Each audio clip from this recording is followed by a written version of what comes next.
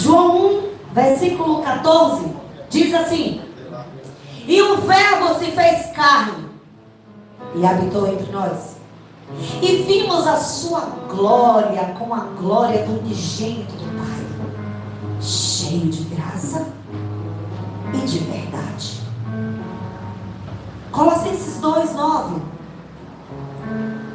diz assim: porque nele habita corporalmente toda a plenitude da divindade.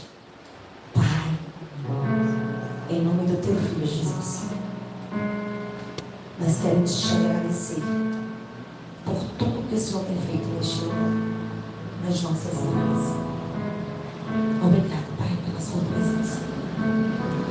Mas nós te pedimos nessa manhã, Senhor, fala conosco, como tu já vens falando, Senhor, durante toda esta reunião.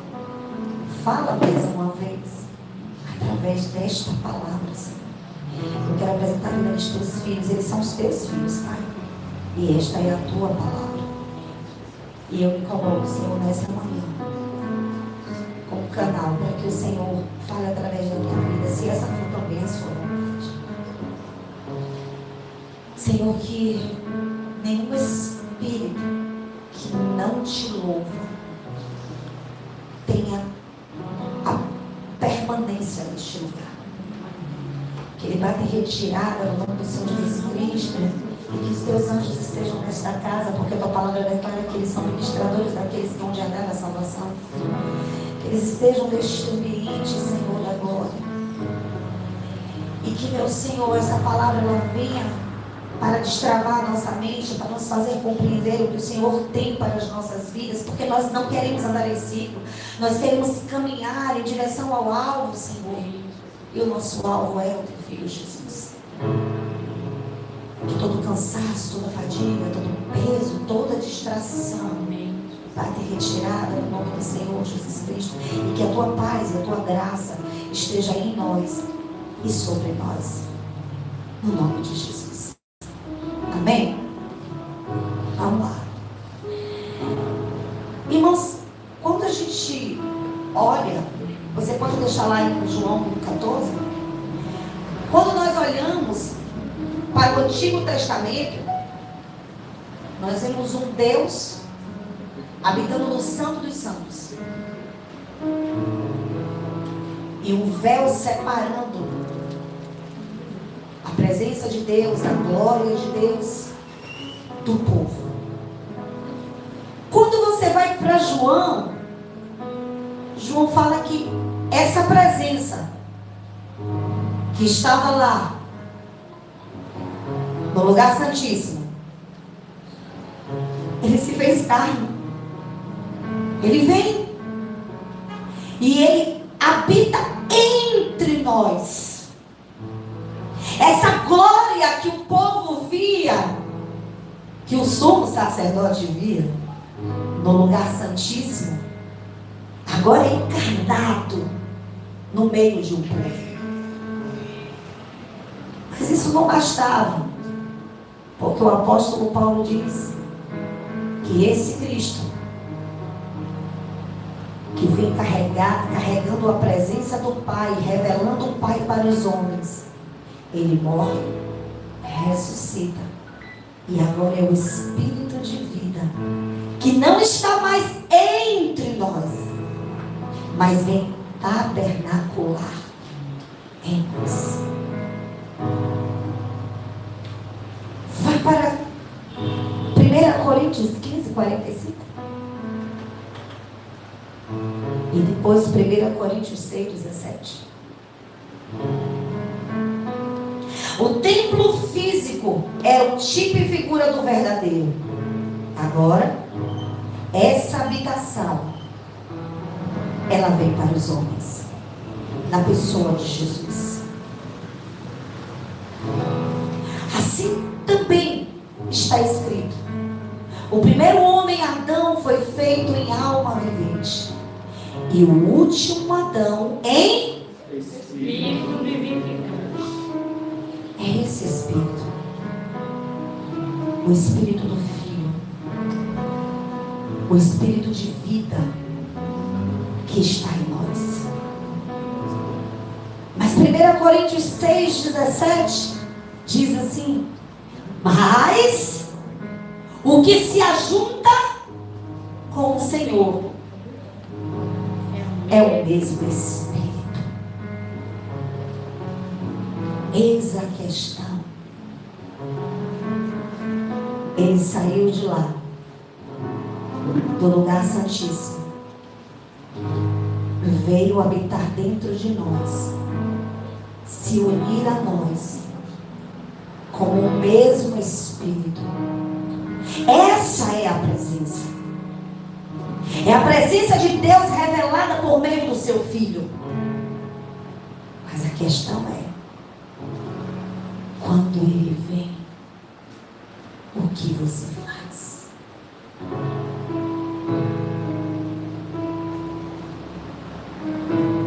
Ei, a habitação agora é você.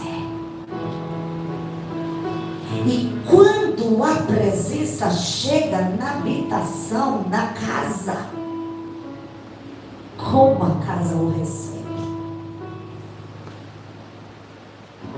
Queremos ver muitas coisas. Ansiamos por dias melhores, por uma família restaurada, por uma vida que realmente expresse a realidade de quem o Senhor é. Mas a questão é, quando Ele chega, o que você faz? Quando você vai receber uma visita,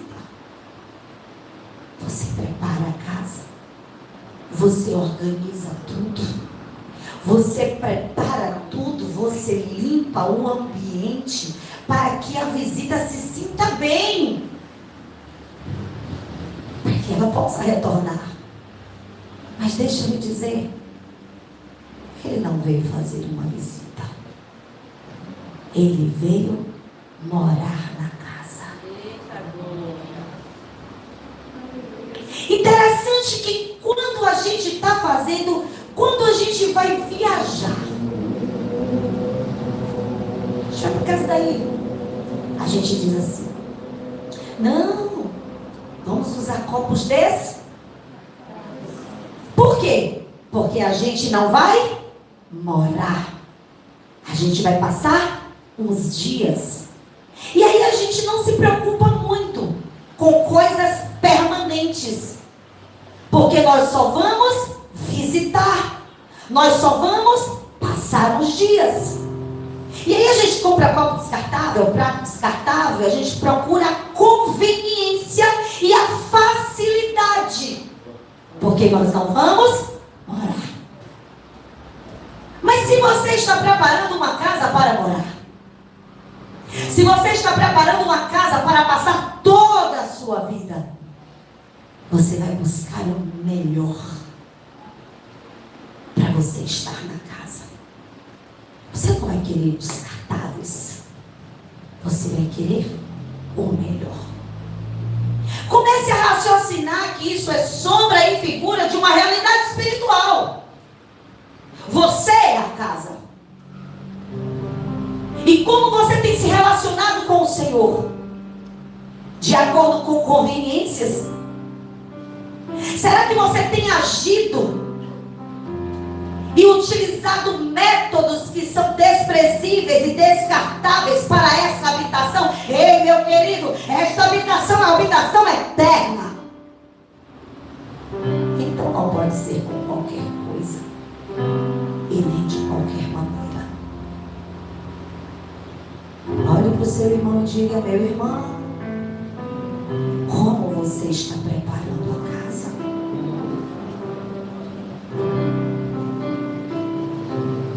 Há duas formas de tratarmos a Deus, e a forma como você se relaciona com Ele define a sua realidade.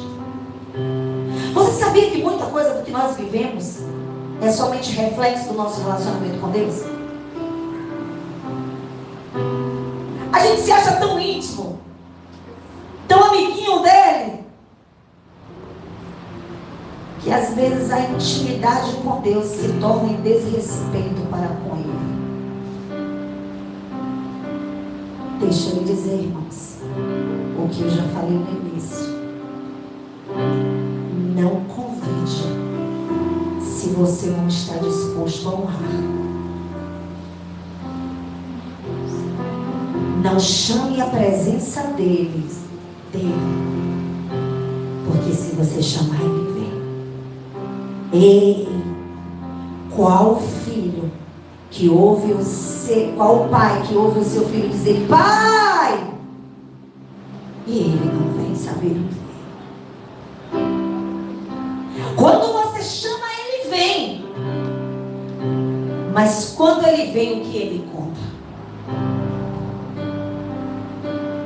Clamamos pela presença de Deus, queremos ver a realidade dele.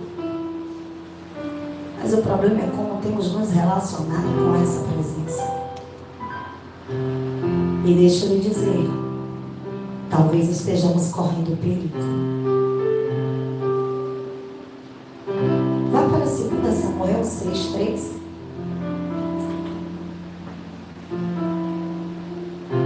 Vamos ver como a gente às vezes se relaciona com Deus. Vamos ler, irmãos? E puseram a arca de Deus em um carro novo e a levaram da casa de Abinadab, que está em Gibeá. E Uzá e Aiô, filhos de Abinadab, guiavam o carro novo. E o que foi que aconteceu? Mais adiante. O carro era novo ou era velho? Era novo, né? Ah, tudo bem. Continua, por favor.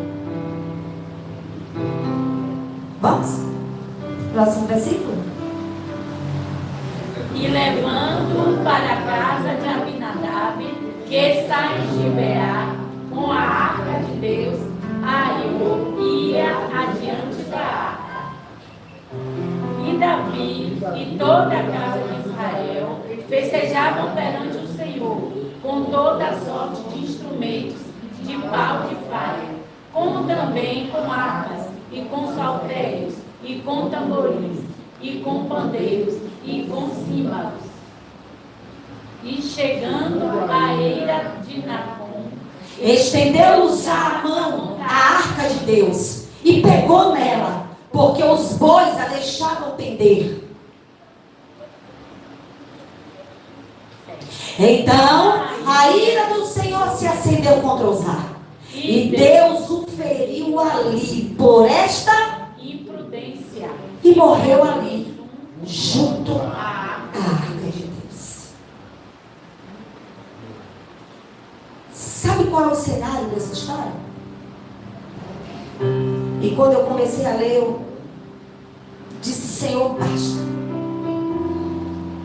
Basta, porque tem coisas que são demais pra gente. Irmãos, a arca sai da mão dos filisteus e vai se parar num lugar chamado Bet-Semes. E quando chega lá, o povo fica eufórico. O povo fica em euforia, em êxtase. A arca de Deus, a presença de Deus chegou, saiu da mão do inimigo e veio para nós. Só que quando a arca chega, a euforia dá lugar para a irreverência. E o povo resolve abrir a arca. E quando o povo abre a arca, milhares de homens morrem.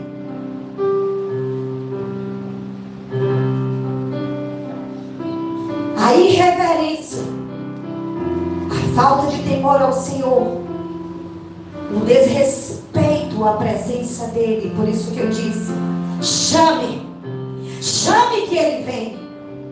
Mas quando Ele vier, sai borrar. 1 Samuel 6:20. Depois que aqueles homens morrem, Israel entra em desespero. Então disseram os homens de Bet-Semes: quem poderia subsistir perante este santo Senhor Deus?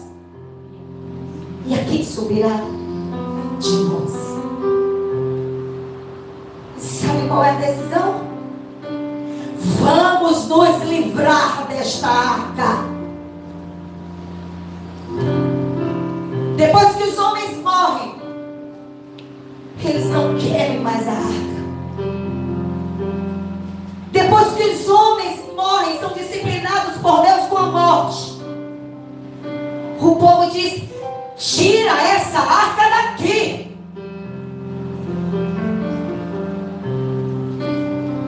Eles começaram a ficar com medo de morrer. Não é para você ter medo de Deus, é para você entender como as coisas funcionam. Existem princípios espirituais que foram estabelecidos desde a eternidade, e Deus não mudará os seus princípios por nossa causa. Somos nós que precisamos nos adequar ao Senhor, irmãos, e não Ele se adequar ao povo. E porque o povo queria se livrar, como se diz aí fora, despachar, a euforia deu lugar para o medo. A euforia deu lugar para o desespero, mas também para a desonra. E aí, vamos fazer o seguinte: manda para o lugar mais próximo, porque o importante é se livrar dela. Sabe qual é a questão? É que quando Deus corrige, tem muita gente que não suporta, e aí quer se livrar da presença. Queremos fazer as coisas do nosso jeito, da nossa maneira, e achamos que Deus tem que engolir a seco a nossa irresponsabilidade, a nossa falta de reverência e a nossa falta de amor e de compromisso com Ele. E quando Deus se posiciona para corrigir, aí é mais fácil dizer: eu não quero a presença. Essa presença mata. Não, Ele corrige por amor, meu irmão. E aí o que é que eles fazem? Outro erro. Vamos nos livrar da arca. Então manda para onde? O lugar mais próximo. Manda para a casa de Abinadab. A arca passou 20 anos na casa de Abinadab. 20 anos, você sabe o que é isso? Então não venha me dizer que onde a presença de Jesus está, algo acontece. Vamos parar de cantar essas canções de menino. Essa canção de menino, aonde Jesus está, alguma coisa acontece. Acontece aonde? Porque eu quero que aconteça na minha vida e na sua vida. Mas a forma como as coisas vão acontecer depende muito de como você se relaciona com Ele. Porque na casa de Abinadab, nada aconteceu por 20 anos. E na sua casa, agora voltou para nós. E na sua casa, o que tem acontecido? Quantos anos você carrega o título de cristão, ou talvez de um bom cristão? Mas o que foi que aconteceu na sua casa? Porque na casa de Abinadab, nada aconteceu. Sabe por quê, irmãos? Porque Abinadab recebeu a arca por modo que estava sendo rejeitado. Abinadab não recebeu por amor. Abinadab recebeu por obrigação. E esse é o problema. Queremos a presença, queremos servir por obrigação ou por medo.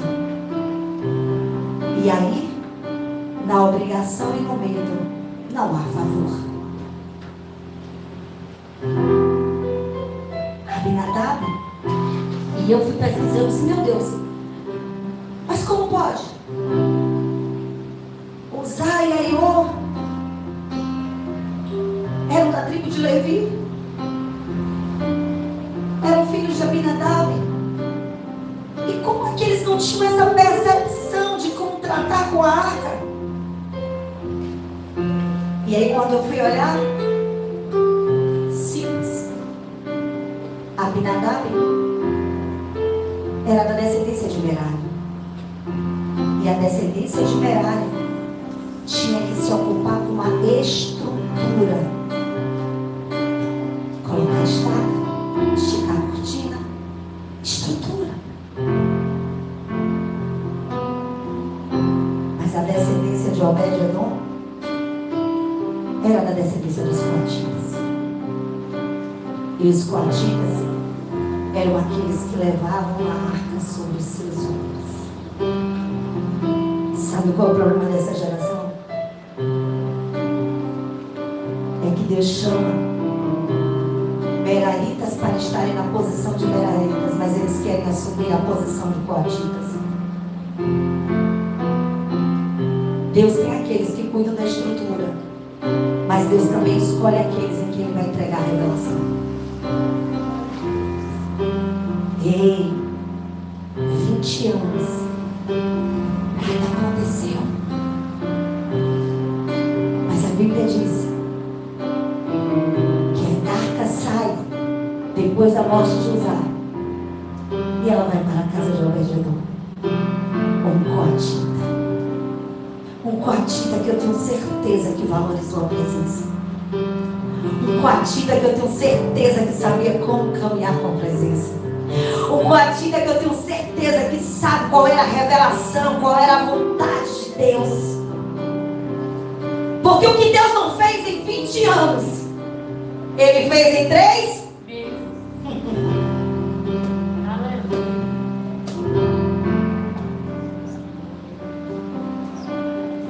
O que você pode esperar uma década Deus fazer, Deus pode fazer hoje. O que você está esperando uma década, no caso deles, 2 décadas, Deus pode fazer agora. Deus pode mudar a sua realidade espiritual. E eu vou lhe dizer, quando Deus transforma a nossa realidade espiritual, Ele também transforma a nossa casa e transforma tudo aquilo que temos e tudo aquilo que está ao nosso redor.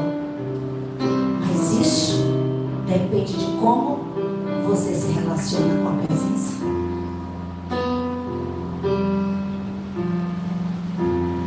Como você tem recebido a presença de Deus?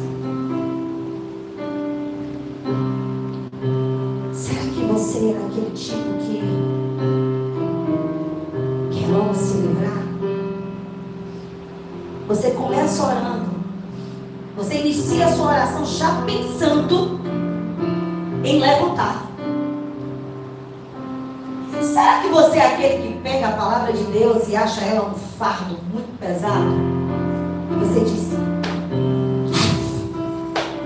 isso não é para mim. Mas se converter, meu irmão, tenha paciência. Não entendo nada. E aí eu quero logo me livrar. Ai, que culto chato, não acaba logo, eu quero ir para casa. E na segunda-feira você quer a presença. Então não chame. É um conselho que eu dou. Porque se você chamar, Ele vem. Só que Hebreus disse que Ele é fogo consumidor. Ele é fogo consumidor, meu irmão. Quando Ele vem, o fogo vem.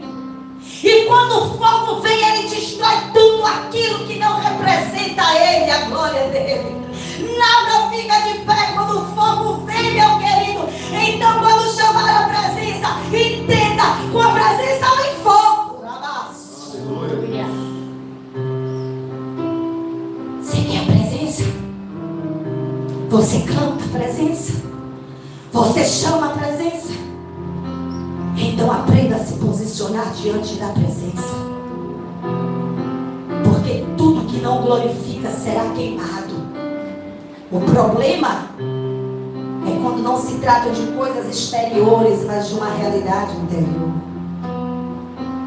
Irmãos, não.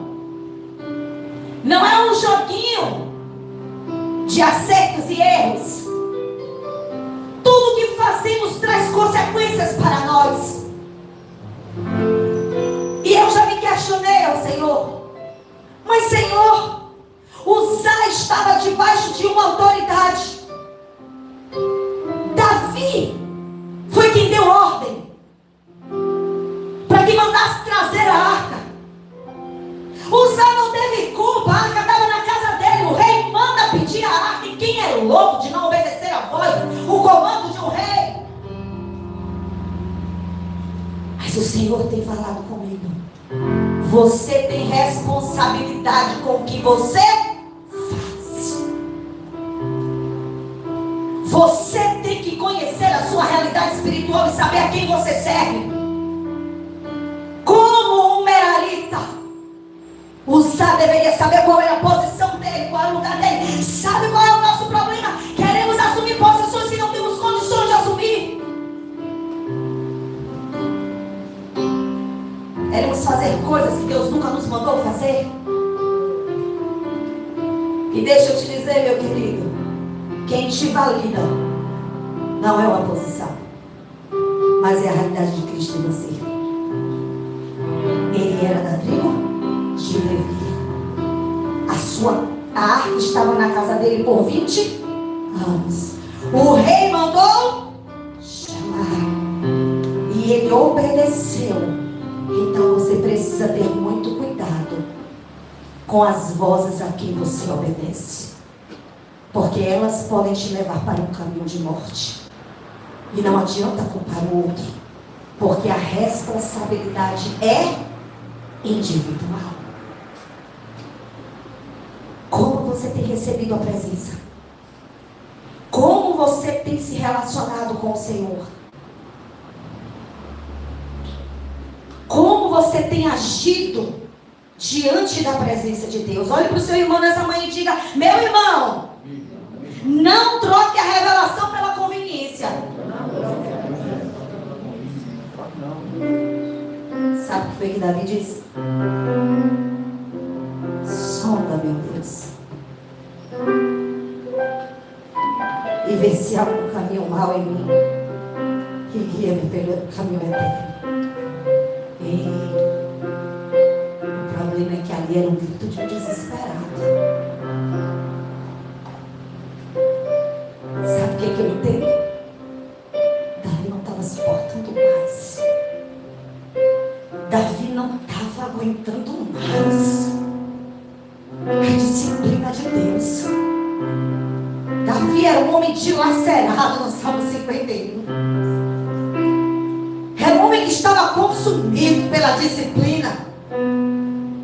E eu imagino ele dizendo assim: eu não aguento mais, faz o seguinte, como eu não suporto este fogo me consumindo, faz uma varredura dentro de mim, Senhor.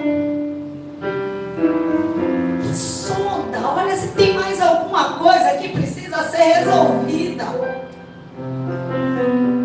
Olha para o íntimo do meu coração, Senhor, e veja se dentro de mim há algum engano, irmãos. Quantas pessoas estão na casa de Deus debaixo de engano, debaixo de mentira, disfarçados, vestidos de cristãos.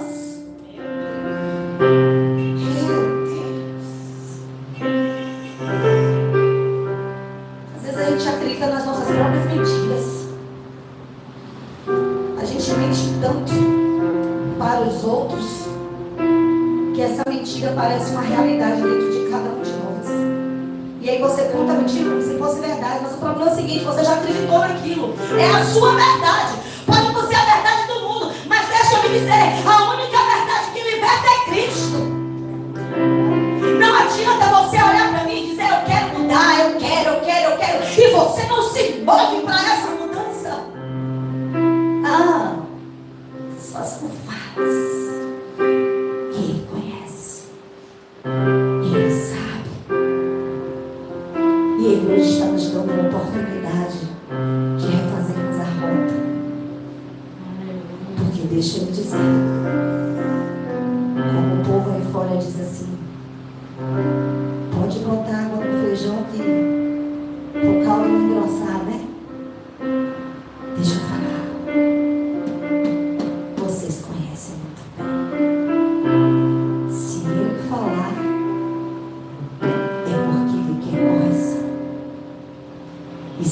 está avisando, é porque Ele vai fazer. E hoje, Ele está dando oportunidade. Primeiro para mim. Fica tranquilo, eu sou a primeira da fila. E quando eu li essa palavra, eu disse: meu Deus, eu vim chorando na moto da minha casa até aqui, olhando a minha dignidade, porque é fácil olhar para a sua, eu tenho que olhar para mim. E eu ver o quanto eu sou digna. E eu ver o quanto fazemos as coisas de Deus de qualquer maneira. E eu perceber o quanto a gente tenta utilizar, colocar Deus dentro da nossa conveniência humana. A minha casa de Abinadab é a casa mais próxima. Mas era lá que Deus queria? Tanto não era o lugar onde Deus queria, que o que Deus não fez em 20 anos, fez em 3 meses. Ei, a Bíblia diz que todo mundo ouviu falar. Ei, a presença do Deus de Israel estava na casa de Obed-Edom. Grandes coisas tem feito Deus por esta família. Deus tem feito coisas grandiosas. A presença de Deus foi revelada naquela casa. E o que Deus pode falar, o que os vizinhos podem falar da sua casa, meu irmão, da sua vida, será que é uma expressão da realidade de Deus?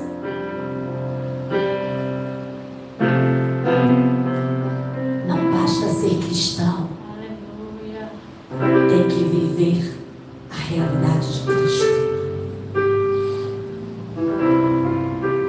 Olhe para o seu irmão com amor e diga: meu irmão, acorda. Cumpre seu chamado com responsabilidade.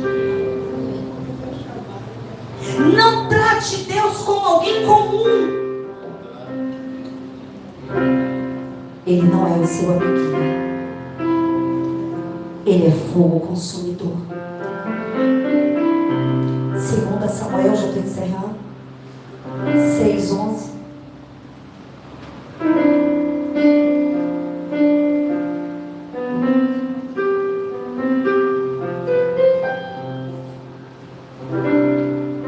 Hein? E ficou a arca do Senhor na casa de Obed-Edom, o judeu. 3, e abençoou o Senhor a Obed-Edom e a toda a sua casa. Quando você se posicionar, Deus vai fazer primeiro na sua vida. Primeiro, eu não entendi. E abençoou o Senhor a quem? A Obed-Edom e a toda a sua casa. Diga: a obra começa em mim. Depois através de mim. Sabe qual é o problema? A gente quer que a obra comece através da gente sem nunca ter sido feita na nossa vida. Você quer que Deus alcance vida se Ele não alcançou nem a sua, meu querido? Como Deus pode alcançar vidas através de você se Ele não conseguiu alcançar o seu coração?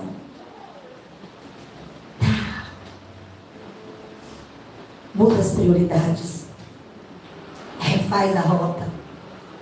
Porque em 3 meses o Senhor abençoou Obed-Edom e toda a sua casa. Fique de pé nessa manhã.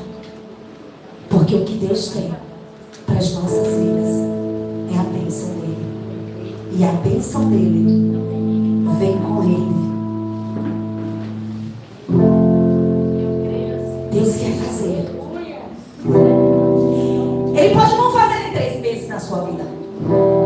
E eu não preciso nem fazer campanha de 3 meses aqui de Obed-Edom.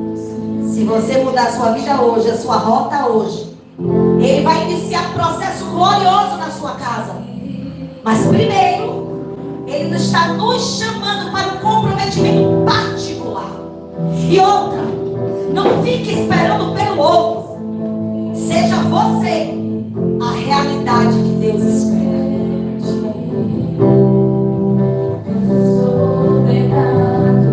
Você crê nesse Deus? Se você crê, você honra. Falar e não viver, chamar e não honrar. Vamos fazer tudo diferente. Vamos clamar a presença, mas vamos mudar as nossas vidas. É tempo de trocar as nossas vestes. E eu não estou falando das vestes naturais. Precisamos nos despostar de uma veste chamada velho homem e nos revestir de Cristo. Ele sim é as vestes perfeitas. Se você estiver revestido de Cristo, a presença estará com você. E se a presença estiver com você, Deus vai fazer coisas grandes na sua vida.